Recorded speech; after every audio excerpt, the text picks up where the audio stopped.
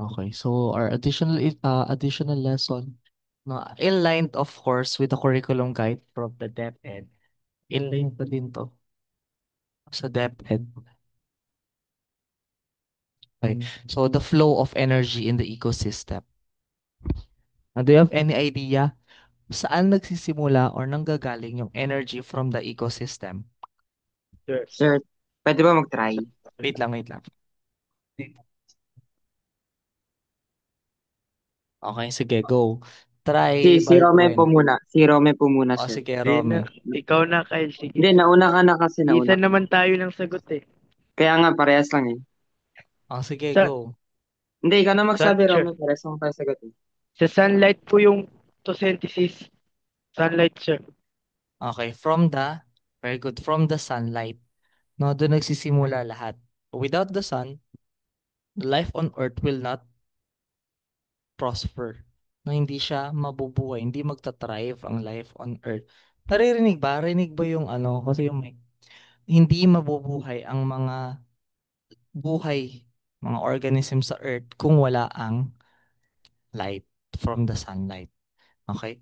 So our focus point is to define photosynthesis and explain the benefits of photosynthesis to humans and explain how cellular respiration and photosynthesis are related.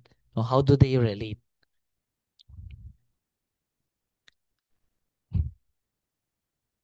Photogenic, ikikik kita, Rome. Okay. Super. So, how do animals and plants get the energy that they need? No, paano ba? No, so, nagsisimula yan, no, by plants making their food sa type of sugar, no, in the form of glucose, no, through the process called photosynthesis. Then, the sugar is stored and sent throughout the plant for its cell to use. So, buong katawan ng plants ay nagbe-benefit from the sugar that was created, no, in the process of photosynthesis, no, just like in animals, no, pag nag-consume tayo ng food, and for example the carbohydrates, no, we convert it into energy, and if we don't need the energy yet, no, we store it in what organs nga ulit? Where do we store the energy that we are about to use, or we will yet to use? Sa organ naka-store?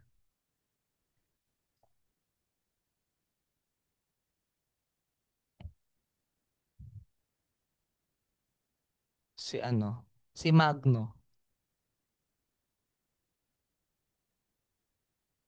Ba't nag-off yung iba? Nagtanong, sir? Where do the plant, di ba, in plants, they store the energy that they are yet to use. Oh, sa plants, ganun rin sila kagaya sa atin. In humans or in animals, where do we store the energy that we are about to use? That we have consumed? Saan naka-store? Ano, sir?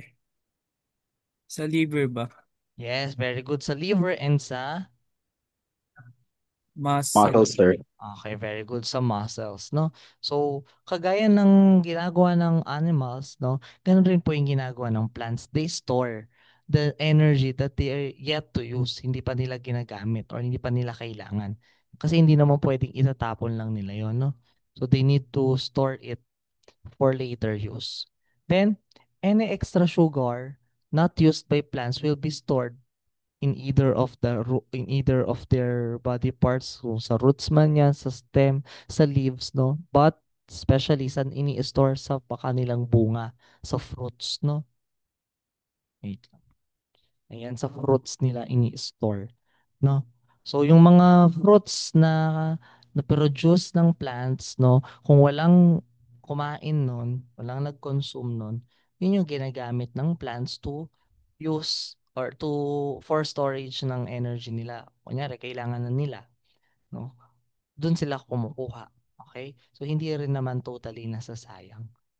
Tapos, yung iba rin, nahuhulog.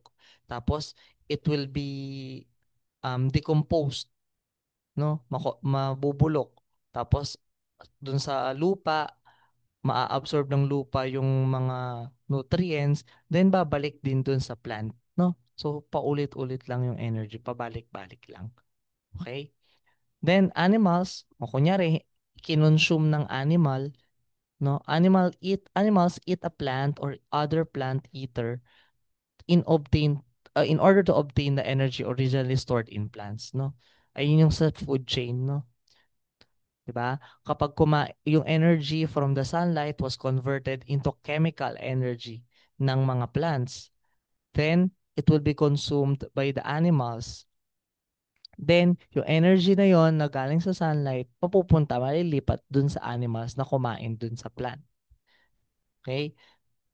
Then, both plants and animals break down this sugar in a form they can use in order to release its stored energy. Kagaya nun, kinain na natin, no? It will be digested by the system. No, kung sa plants naman, nabulok, nahulog sa lupa, nag-decompose, it will be absorbed by the roots at babalik lang ulit yung nutrients and energy pabalik dun sa plants.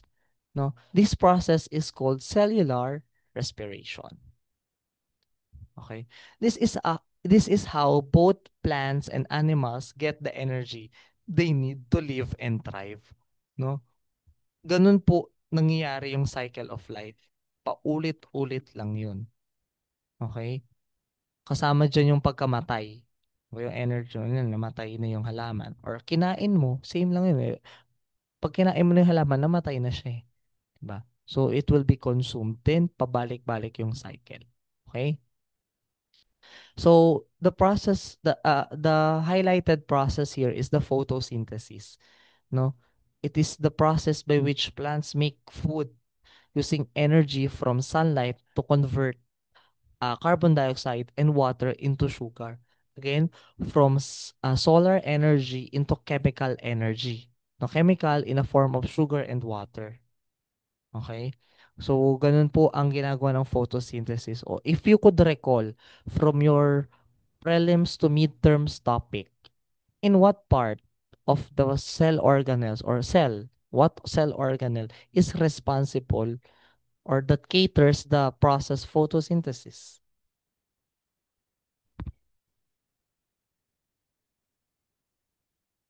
What part? Sir, sa halaman po ba? Ay, sino ba nagpo-photosynthesis? Nagpo-photosynthesis ka? Halaman. Oh. Hindi, What sir. part Halaman. of the cell, Siguro of isa the lang. plant cell is responsible to cater Sir, kung hindi yung photosynthesis? cellulose. Feel ko lang, sir. Try lang. Step. Sir, ano po yung question niyo ulit, sir? What part of the cell is responsible to cater the photosynthesis process? Sir, pwede i-try. Oh, Yung chlorophyll po ba tawag din, sir? chloro. Pill? Okay, the answer is chloroplast.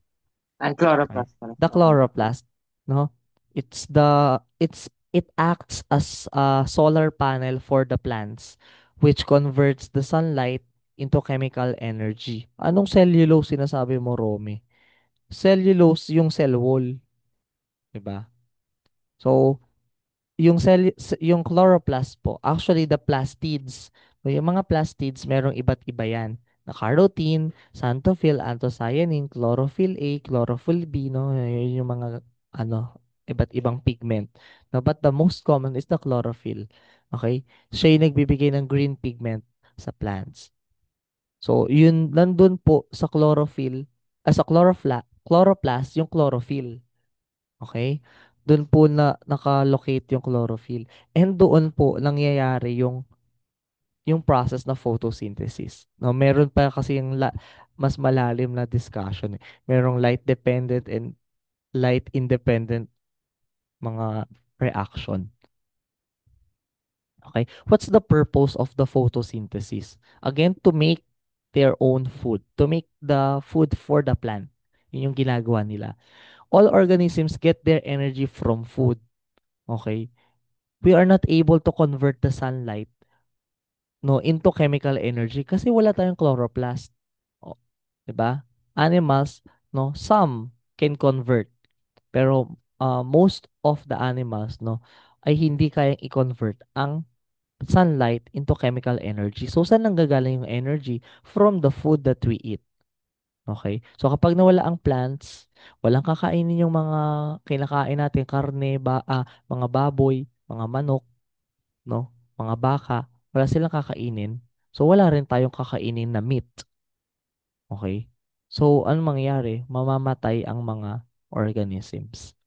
No? But only plants can make their own food. Plants lang po ang nakakagawa ng sarili nilang pagkain. Okay? Plants make food through a process called photosynthesis, no? Which means that photo means light and synthesis means putting together or producing, no? Producing, photosynthesis, producing through light, no? Gumagawa ng food sa pamamagitan ng sunlight. Now, in photosynthesis, plants put together materials to make food with energy of sunlight.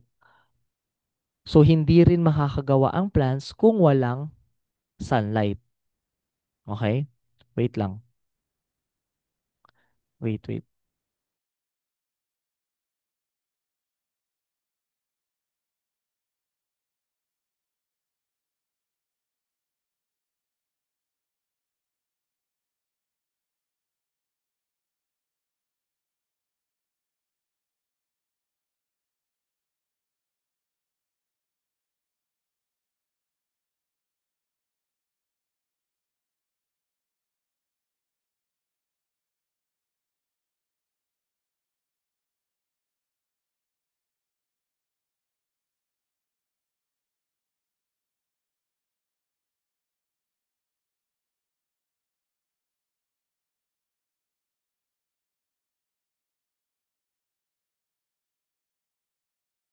Okay. So, may question dito. Sir, pwede po mag-ask kung bakit po yung ibang dahon ay nade-decade na nahuhulog? Okay. They decayed kasi they don't get enough nutrition. Kaya they were too exposed to sunlight. 'Di ba? So, kapag gano'n, the plant itself will make way para matanggal na siya.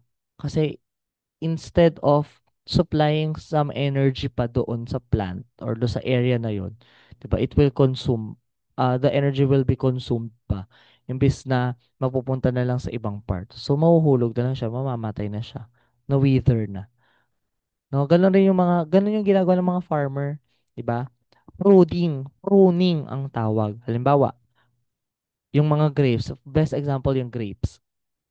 Yung mga grapes, kapag nagkaroon na ng bunga, maliliit pa lang, babawasan nila yung bunga. Konti lang yung ititira nila. Then, kakalbuhin nila yung dahon.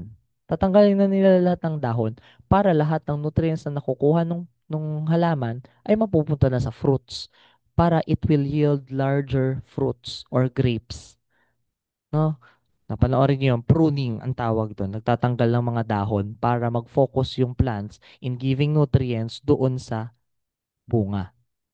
Okay? Next. So here is the illustration or visual representation of the photosynthesis. So ganito po yung itsura niya, no? So from the sunlight, from the solar energy, no, together with the consumption ng plants ng carbon dioxide, saan nanggagaling carbon dioxide? Of course, sa animals, no? I-absorb nila yan. Then, through the root system, i-absorb nila yung water. Pwede rin naman yung iba sa dahon. Oh, it will be absorbed by the plants. So, ito yung kanilang raw materials. 6 units, 6 molecules ng carbon dioxide and 6 units ng water. Then, it will yield 1 unit of glucose or C6H12O6. Then, 6 units ng oxygen. Okay? So, ganun po ang process. Okay? So, dapat, ba, according to the first law of thermodynamics or the law of conservation of energy, energy cannot be created nor destroyed. It can only be transferred from one form to another. So, kung mapapansin nyo, the equation must be equal. Okay? In stoichiometry, in Chem 1, di ba? So, it must be equal. Dapat pantay yung bilang ng carbon from yung bilang ng elements um from the ano tawag dito? From the raw materials to the product, no? So, bilangin natin, no? 6 units of carbon. So, tignan natin dito, oh, so 6 lang rin siya. So, balance. Then, 6 times 2, 12. 12 units of oxygen plus 6 units pa. So, 18. Okay? So, eto 6 na to. Then, 6 times 2, 12. 6 plus 12, 18. So, balance rin si oxygen. Then, 2 times 6. So, 12. Then, 12 units of hydrogen. No, walang nawala. Kasi yun yung law of conservation of energy. No, from solar energy to chemical energy, walang nawala. Okay? Confetti ray akong naintindihan. Okay? So, ganun po siya. No, dapat balance. Kasi kung hindi balance yan, may mali sa equation. Okay? Unbalance, hindi tama. Kasi dapat walang mawawala, walang matadagdag. Kasi nga, it cannot be created nor destroyed. It can be only transferred from one form to another. That's the first law. I know, that's the zeroth law of the thermodynamics. No, tapos it can be also referred to as the law of conservation of energy. Okay? So yung solar energy yung idadagdag dito plus the solar energy. Okay? So ganun po nangyayari ang photosynthesis. Then, next. Okay. Let's have a trivia. Marami tong trivia na ginawa ni Sir Edward. Okay? So, fact number 1. The energy of sunlight, it is the energy of the sunlight that powers the process of photosynthesis. Okay? So, sa sunlight nanggagaling or nagsisimula ang photosynthesis. Kahit meron kang units of carbon dioxide and uh, water, no? Wala kang mapoproduce na glucose at oxygen kung walang sunlight. No? Mahalaga po yung sunlight. Okay? Another fact. No? The process of photosynthesis only happens in plants. No, karamihan sa plants, no, almost totally sa plants. But there are organisms that can photosynthesize, no, such as the algae o yung mga lumot. They are not plants, rather they are protists and some bacteria, no. Protists sila, kagaya ng seaweeds, ng mga kelp. No, they are protists. They have the characteristics of being a plant, but they are not completely or categorized as plants. O, yung mga protist, pag dalawa kasing uri yon. Isang animal-like, isang plant-like. Yung animal-like, protist. Yung plant-like, protozoan. Pareho lang po yun. Okay? And yung mga bacteria. No, there are bacteria, especially in the ancient earth, no, that photosynthesize. They were the first to create or to produce oxygen through photosynthesis. No, long way before the plants existed, no, meron na pong bacteria that produce oxygen for the for on earth, no, na nagpo-produce. So they are called the cyanobacteria.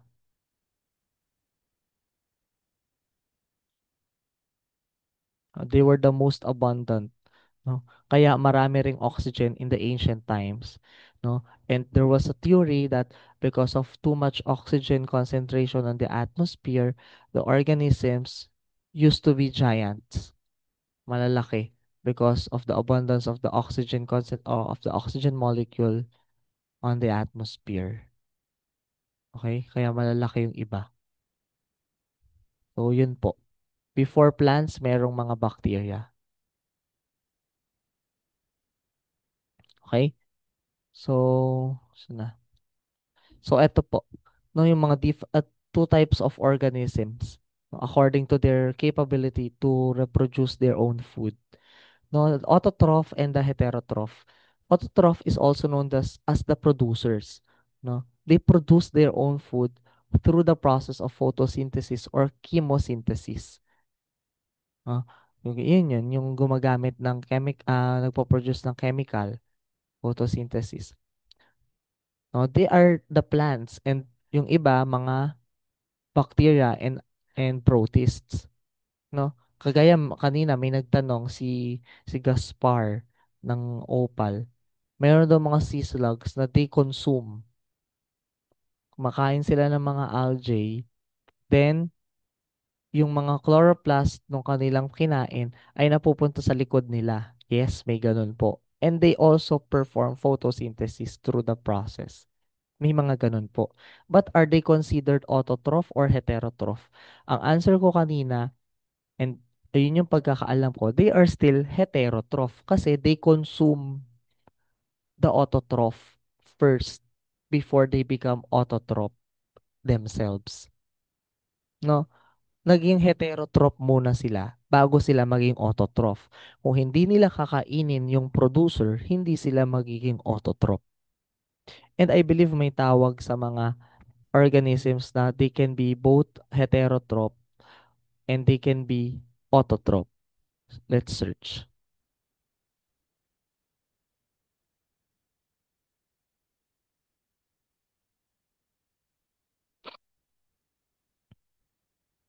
Ayun, ang tawag sa kanila ay mixotroph. Okay? So, yung mga example sa kanila, this dual nutrition allows them to produce their own food through photosynthesis when light is available, but to also consume other organisms for nutrients when necessary, providing survival advantage and changing environment. Ganun rin naman yung sabi ko kanina kay Lagas sa Opal, no? May tawag, may specific term doon that they can perform both function. No, when light is not available, of course, they will resort in consuming other organism. Okay? But when light is available, they can perform photosynthesis. No? Then, heterotrophs, they are consumers. No?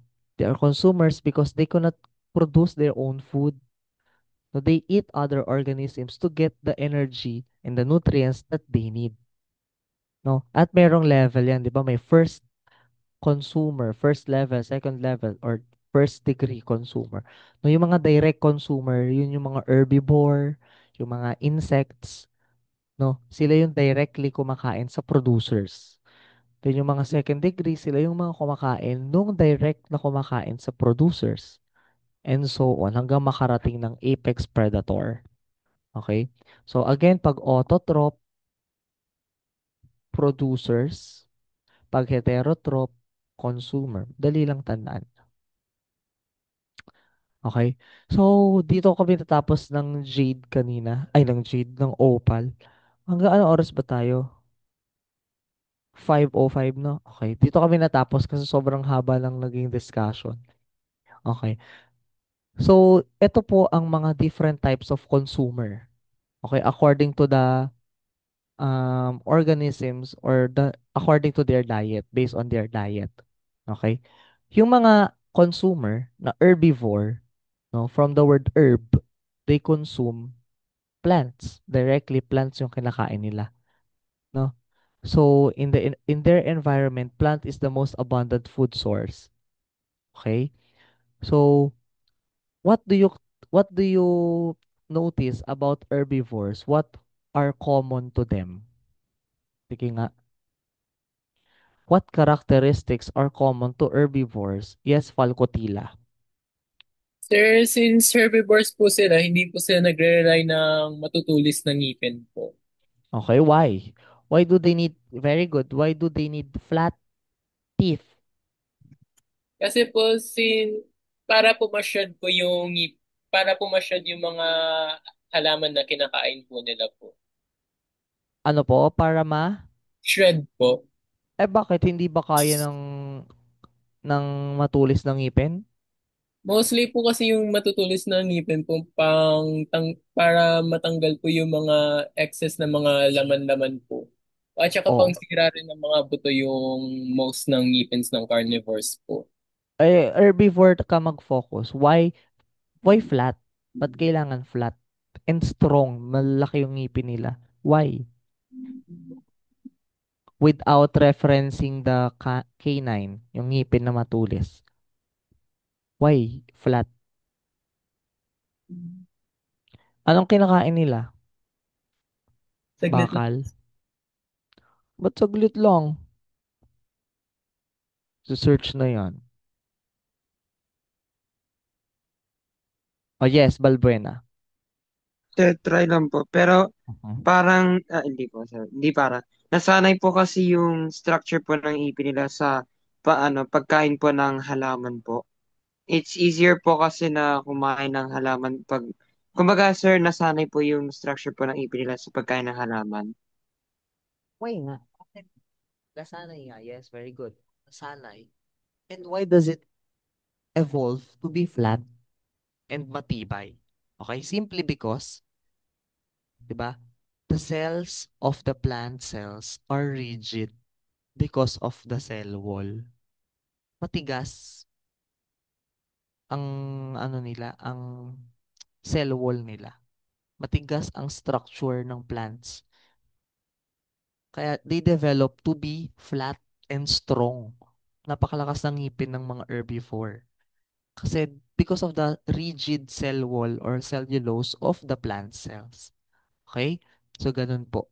Very good observation, Falcotina, no? Yun ang common sa kanila. Okay? So because of the condition in their environment, which is plant plants are the most abundant food source, yun yung nag-adapt sila. Their body adapt to their environment, to the availability in their food source. So naging flat yung ngipin nila. No? So marami pa tayong madidiscuss later kung bakit naging ganun, bakit naging ganyan. Okay? Edible ang herbivores, sir, kasi halaman lang.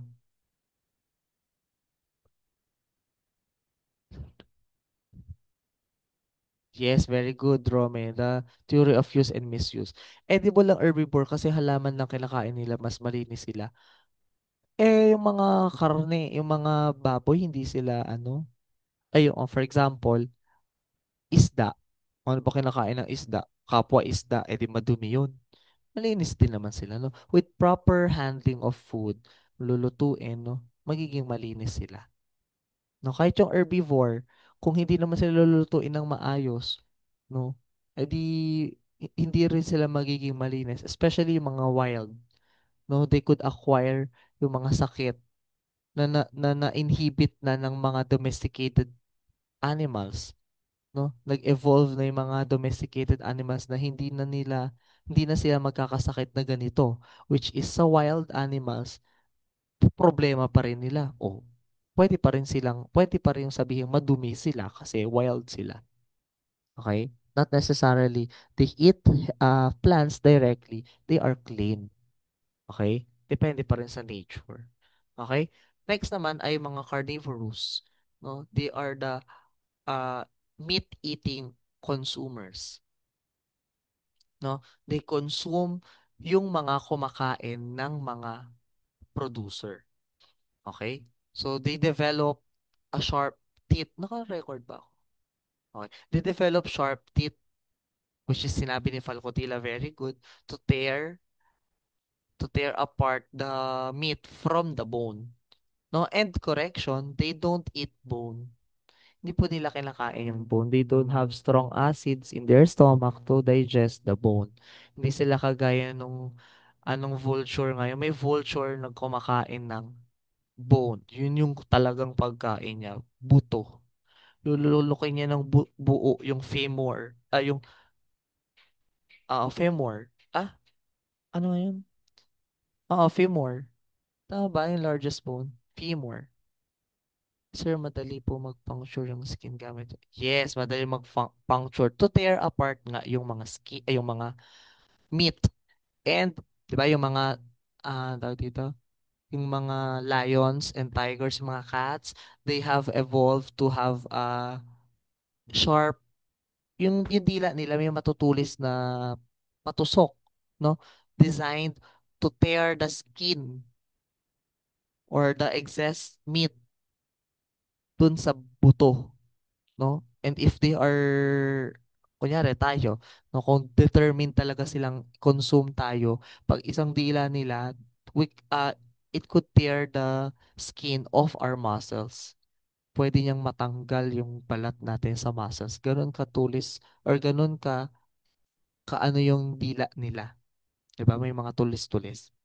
So, again, nag-develop sila, nag-evolve sila to have a sharp teeth to tear the meat na pangunahing primary source of food nila or energy nila, no, as food. So, nag-evolution pa rin, no? Then the omnivores, no? The omnivores are both plant-eating and meat-eating organisms, no? Kasama tayo doon, mga humans, no?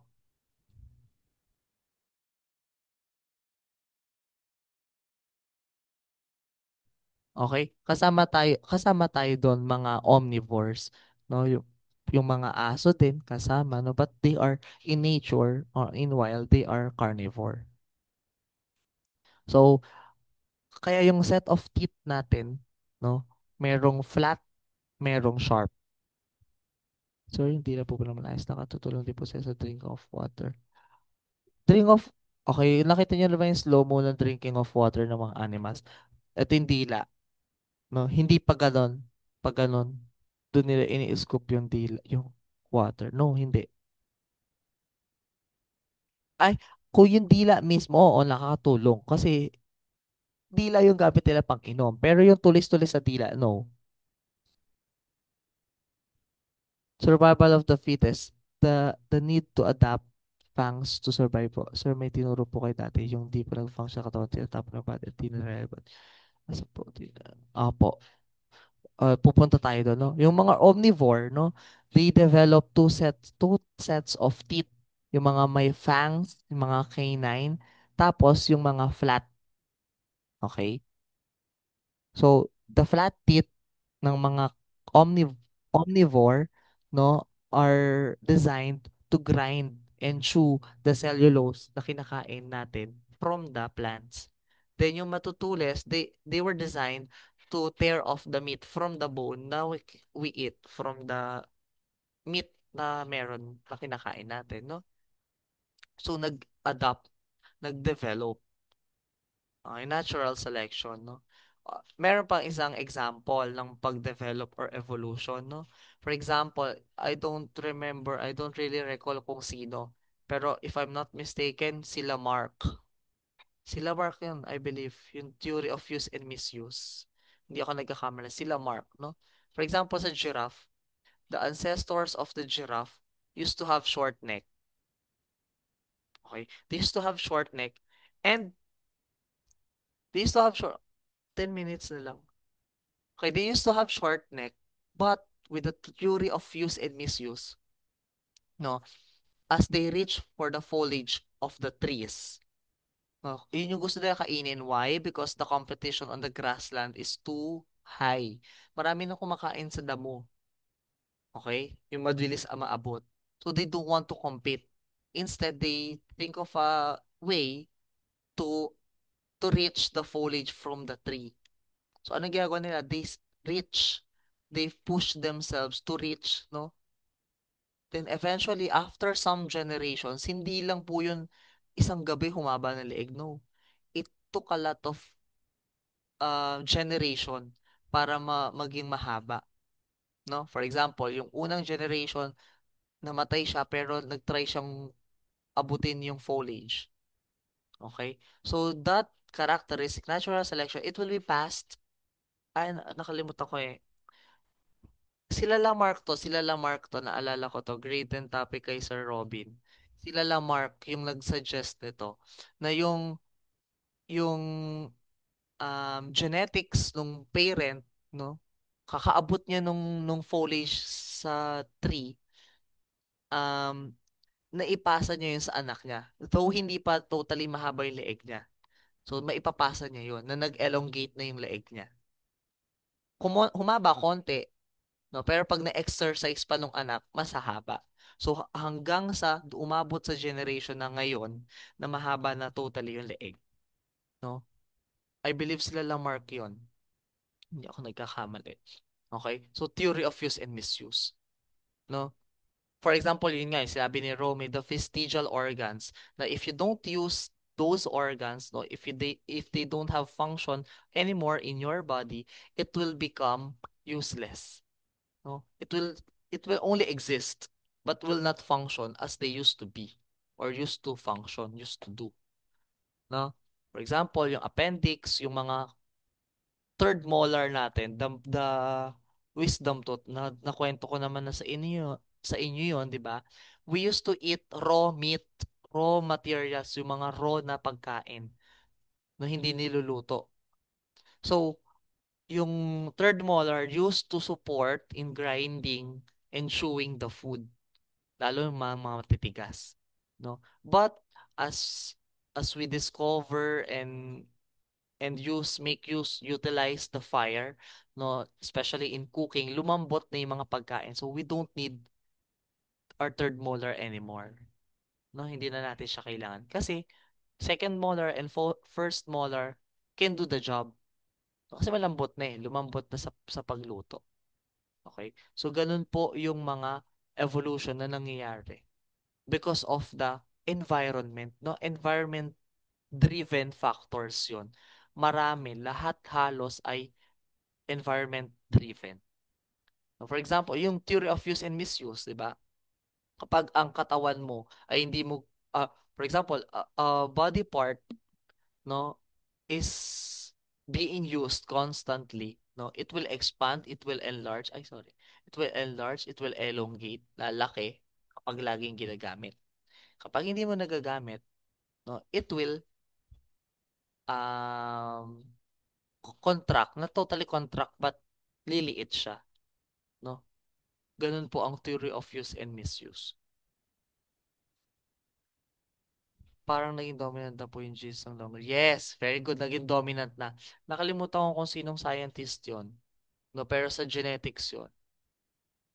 Natural selection kasi, pag natural na nagpalit. Basta or something hereditary yon. No? Great and topic. Naalala ko pa yung si Sir Robin yung nagturo. Then, another type of consumer ay yung mga decomposers or tinatawag na detritivores, no? So, yung mga detritivores, ang kinakain naman nila ay yung mga decomposing body na, no? Kunyari, nabulok na dahon, namatay na hayop, no? For example, si lion namatay, no?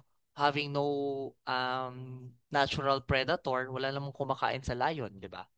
So, for example, namatay sa sakit, no? The scavengers will consume the meat. For example, mga hyena, mga ano tawag dito, mga vulture, they will consume the meat. No? Hindi naman nalalaban yun eh. So, hindi na sila matatakot kainin yun. So, pag kinain na nila yon, eventually may iwan yung buto. Because they don't eat bones nga. They don't have enough strong acid in their stomach to digest the bones. So, yung mga buto maiiwan, no? But since ang buto ay organic material, matutunaw, maaano rin siya, mako-consume din siya, no? Somehow, no? Hindi totally, but somehow it will be consumed. Yun yung mga kinakain ng mga decomposer. Okay, yung mga balat. Iba kasi hindi kinakain ng mga carnivore yung mga balat. Okay? So, yun yung i-consume ng mga detritivores. Then, in the process, parang tayo, nagsisekret, nag-excrete tayo ng mga byproduct. No? Baka may kumakain. Yung mga stool, yung mga feces, no? Nag-excrete tayo. Ganun rin, syempre, ganun rin yung mga decomposers, yung mga detritivores, no? Yung mga lupa, yung mga uod, mga kutong lupa, mga bacteria, no? Nag-excrete din sila. So, in the process, saan napupunta yung excretion nila? Sa lupa, no? Then, it will be absorbed again by the plants nearby. Then, the plants will be consumed by the animals, the herbivore, the direct consumers, then they will be eaten by the carnivore, then the carnivore will die again, and the process will continue. Okay? Ganun lang po, paulit-ulit lang yung nangyayari. Okay? O kanina, may nagtanong sa Opal regarding sa dinosaur. Di ko alam ba't napunta kami sa dinosaur. Basta sinagot ko, no? Nakwento ko naman na sa iyo, nasabi ko na sa inyo yun, no? That nauna ang egg sa chicken. Nasabi ko na ba yon? Nauna ang egg sa chicken. Hindi pa po, sir. Di ba po, sir? Okay, may nagtanong pala kasi, saan ba yun? Kung ang, bakit daw naging direct descendant ng dinosaur ang mga manok? Oh, not specifically manok, sinagot ko, not specifically manok, but birds. Ba yun? Not specifically manok, but birds in general. So bakit? Paano nangyari? No? Ganito example. Ganito yung example ko sa kanila, the analogy na binigay ko. For instance, yung mga dinosaur, they live in Manila, sa Maynila. Okay? Doon sila nakatira. So doon sila nagpaparami, doon sila nagtatrabaho. Kunyari, nagtatrabaho sila. Doon sila. So, for some time, doon sila, doon dumaming population, no? Eventually, the competition become high, no? Food source nag-aagawan na, sa work nag-aagawan na, sa territory nag-aagawan na. So what happened to other dinosaurs? They migrate. Lumipat sila into other location. Okay? Due to the lifestyle in Manila, yun yung ano ka analogy, to the lifestyle in Manila, iba na yung nila, bumalik sila ng, punta sila ng probinsya. So iba yung lifestyle doon. So they develop different parts of their body that will fit the environment na nilipatan nila. Okay? 'Di ba yun nga yung ganun nga yung nangyari sa mga zebra, sa mga lion, 'di ba? Sa food pa lang yun, ngipin na connected na. Pati yung leeg ng giraffe connected na. What more sa ibang factor? So na-develop, nag-evolve, no? So dun po nangyari yung ancestry ng ibang birds. Naglumipat nag-ibang path yung mga dinosaur. So therefore, depende sa pinuntahan nilang environment, mag-a-adapt yung katawan nila. Paano nauna yung itlog sa manok? Because long before the manok ay nag-exist, mayroon ng oviparous. Meron, di ba? Oviparous yung mga animals na nangingitlog. Meron ng oviparous. So therefore, nauna ang itlog. Hindi naman sinabing itlog ng manok or manok. Okay? Kung itlog ng manok versus manok, of course, nauna ang manok. Pero ang tanong, itlog or manok, ang nauna ay itlog. Kasi way before chicken exist, merong mga itlog ng isda. Itlog ng sinaunang reptiles. Okay? So, hindi po yan philosopho, no? That's the scientific explanation because based on the phylogenetic tree, may ganyan, tree. Ano lang yung drawing lang yun, isang mga lines lang. Nag-branch out yung mga ibon. Pag ganyan. Kaya dito yung dinosaurs. Tapos ito na yung modern reptiles. Modern reptiles. Tapos ito yung mga birds. No? Nag-branch out yung mga birds. Okay? Dito sa point na to, dito nag-exist sabihin mo yung manok.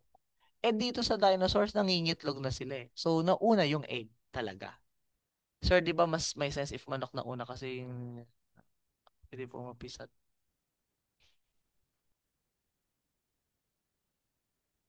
Ayun nga po, kung a-analyze nyo yung question, itlog or manok, the answer is manok. The answer is itlog. Kasi nga, hindi naman itlog ng manok yung tanong. So, logically, itlog talaga yung nauna. Okay? Scientifically, itlog talaga yung nauna. Okay? O may tanong si Gaspar, bakit po ang tagal gumaling ng sugat pag sa puwet? I mean, puwet anus or yung skin sa puwet? Sa anus. Of course, they don't have the ability to to heal eh. Hindi naman kagaya ng ang tawag dito, ng skin na may natural effect na mag-heal. Yan lang yung kadali. Oo. Ano yan, Yun sir, lang. ginagamitan ng mga ointment? Yes. For example, eventually mag-heal naman siya. That's the nature of the body. Mag-heal ng mag-heal. Because meron tayong mga white blood cells that will Pero help. sadyang matagal lang, sir. Oo, mas matagal siya compared sa balat. Kasi ang balat, they were designed, no, it evolved na maging layer talaga ng katawan. Layer to protect us from harmful materials sa outside world. No? Na kapag nasugatan ka, in the genetic material natin, design siya na ma-regenerate. Cesarean noong, walang cesarean. Anong walang cesarean? Baka gusto mong i-cesarean kita. 5 days na kasi sir yung, ganun talaga. Okay. Regarding sa mga sugat-sugat kaya, you seek medical attention, no? Kasi I'm only a science teacher, hindi ako pwede magreseta. Ay, inom ka ng ganito. Sino next teacher nyo? Jessa. Wala pa si Jess. No, hindi pwede ako magbigay ng ng gamot, ng advice kasi it could depend on the situation. For example, ayoko na nga, baka ang bastos na, baka may nagme-merienda. Okay, question regarding the mga napag-usapan. Sa manok, may question kayo doon? Sinong makikipaglaban, makikipagdebate kung anong nauna? No, ang nauna talaga doon ay egg. Non-negotiable. Egg ang nauna. Sir, naniniwala ka ba na yung dating land mammals? Yes! Hindi na naniniwala. Merong evidence nun eh. Nakalimutan ko yung tawag.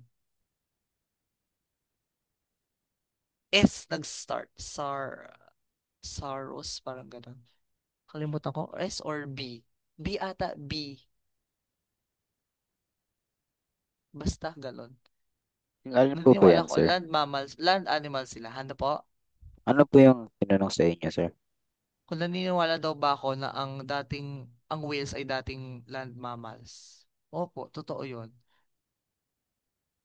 Kasi, bago sila magkaroon ng flippers, no, alam ko fossils, na meron silang phalanges. Meron silang daliri. Tapos naging webbed feet, tapos eventually naging Papers na, sir. flippers. Parang isda, sa snake, meron silang feet. Yung skeleton nila may paa. Okay? Because they used to crawl. Jessa, wala pa si Jess. Okay. They used to crawl. Sir, No, it's evident on their skeleton. Yes.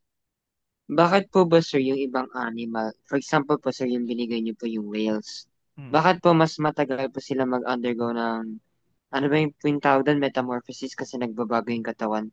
Pero po sa example po sir na amphibians po like yung frog po, bakit po yung life cycle po nila is parang nag-undergo po sila ng changes from ano po sir, from aquatic to ano sir, to land? Sige. Wait, Ma'am Jessa, nandito sa Ma'am Jessa. Pasensya na, sasagutin ko lang to, tapos aalis na ako. Okay. Kasi, ayun nga, nanggaling na sa'yo, no?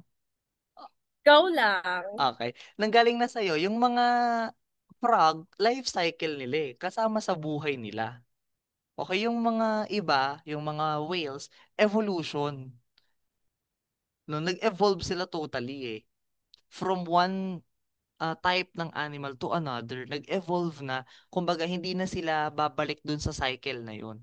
Sabi mo nga, ang galing sa'yo, life cycle, di ba paulit-ulit? Kunyari, itlog, magiging caterpillar, magiging pupae, tapos magiging butterfly, tapos magiging itlog ulit. Cycle na eh, paulit-ulit. No? Pero kung yung kanilang life, no, ay talagang sineparate nila, gaya nung kanina, yung explanation ko, yung migration ng mga dinosaur, for example. Example lang yun hindi ganun talaga yung nangyari. Tapos the analogy lang na binigay ko. No, totally, nabago na yung lifestyle eh. No, nabago yung lifestyle.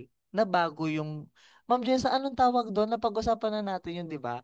Yung 'di ba may natural selection? Nagbago yung natural physical characteristics mo. Ano yung namamanan? Kunyari, nanay mo humaba yung leeg in the process. Tapos namana mo yung ano na yun? Genes? Ano nga yun, ma'am? Ayan, alam ni Ma'am Jessa yun. Napag-usapan na namin yun. Yung kilala Mark,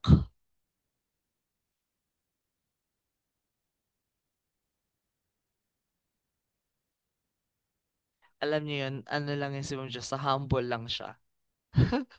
Okay yun. Kasi iba yung life cycle sa talagang life na yung naging evolution. Iba po yun. Kaya mabilis lang yung metamorphosis compared dun sa evolution. It will take generation pag evolution. I hope I answered your question. I will stop recording.